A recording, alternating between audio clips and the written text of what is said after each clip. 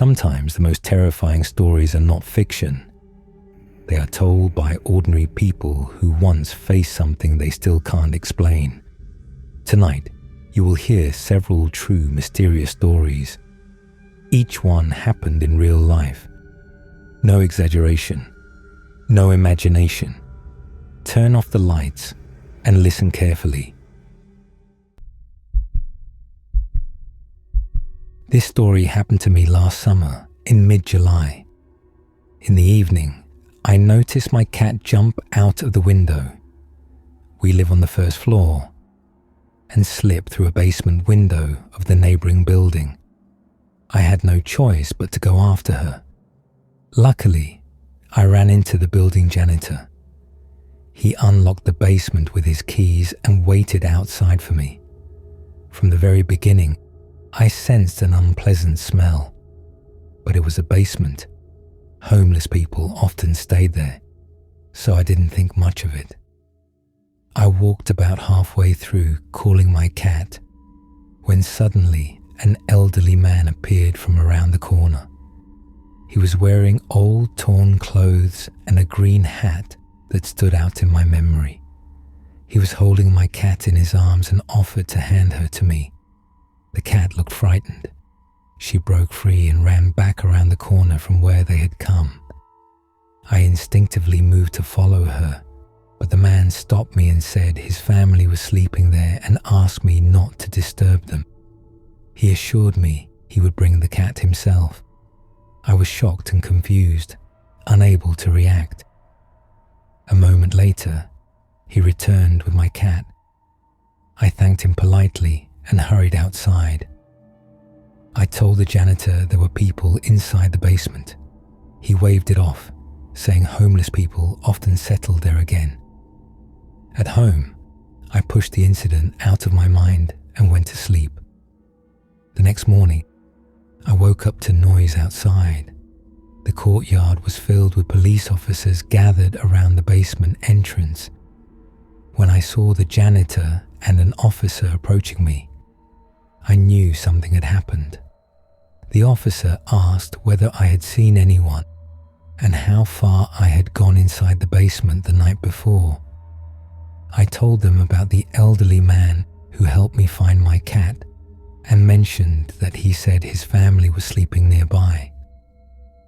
The officer and the janitor exchanged a glance and walked away.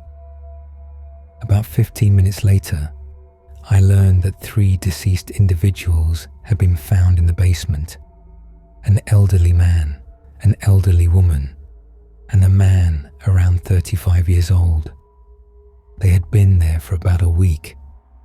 One of the officers later carried out a green hat, the same one I remembered, and said it belonged to one of the deceased and had fallen when the body was moved. To be honest, I was terrified. This story still frightens me deeply to this day. This story was told to me by my grandmother.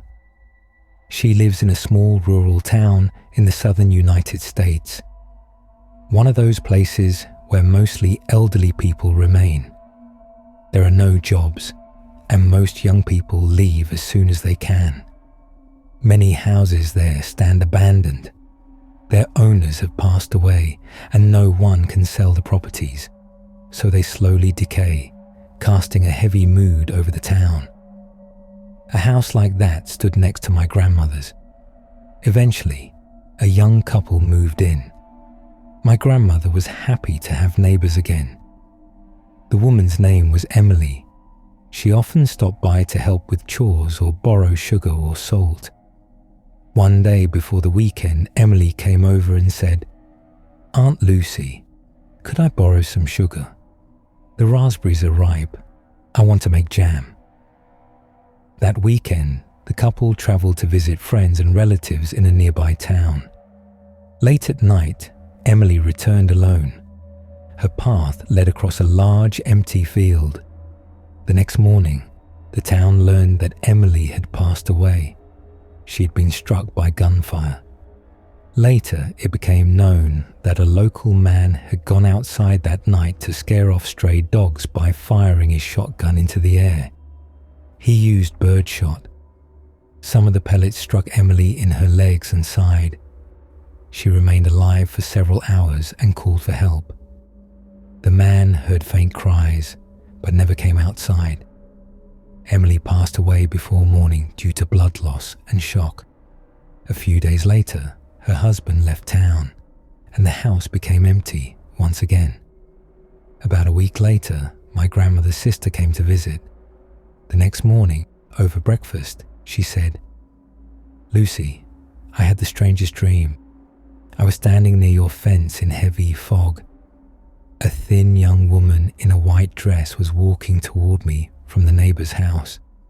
She stopped and said, 'Aunt Lucy, please forgive me for what I owed you.' Then she disappeared." My grandmother was stunned. From the description, it was Emily. On the night she passed away, she had been wearing a white dress. In 2021, I was sitting on the porch of my rural home, resting after a long day. It was already late evening, almost dark, but silhouettes were still visible. I should mention that very few people live on my side of the area. There are only 3 houses nearby. Suddenly, out of the corner of my eye, I noticed someone moving toward me from the left. I turned my head and saw a figure slowly walking down the road in my direction. At first, I couldn't understand why the outline looked so faint, and then I realized it wasn't a person. It was a shadow. A wave of unease washed over me. In my yard, there's an old chokeberry bush. It partially obscured the moving shadow. I froze completely, unable to move or speak. But the shadow kept going. It turned toward the house across the road, passed by it, and continued onward, as if nothing could stop it. I couldn't follow it any farther. Tall birch trees blocked my view, and beyond them, about half a mile away, there was an old cemetery. That night, I didn't sleep at all. I left the lights on until morning. The next day, I asked my neighbor who was buried in that cemetery, the one nearby. People from our area are buried elsewhere, farther uphill. That cemetery belonged to a village that no longer exists. Years ago, 2 families from that place moved here. So maybe a soul had come back to the place it once called home. Since then, I no longer sit on the porch at dusk. I no longer breathe in the scent of flowers as night falls. You never know what else you might see. I live alone. Every summer, I come here from the city of Des Moines. How can this be explained?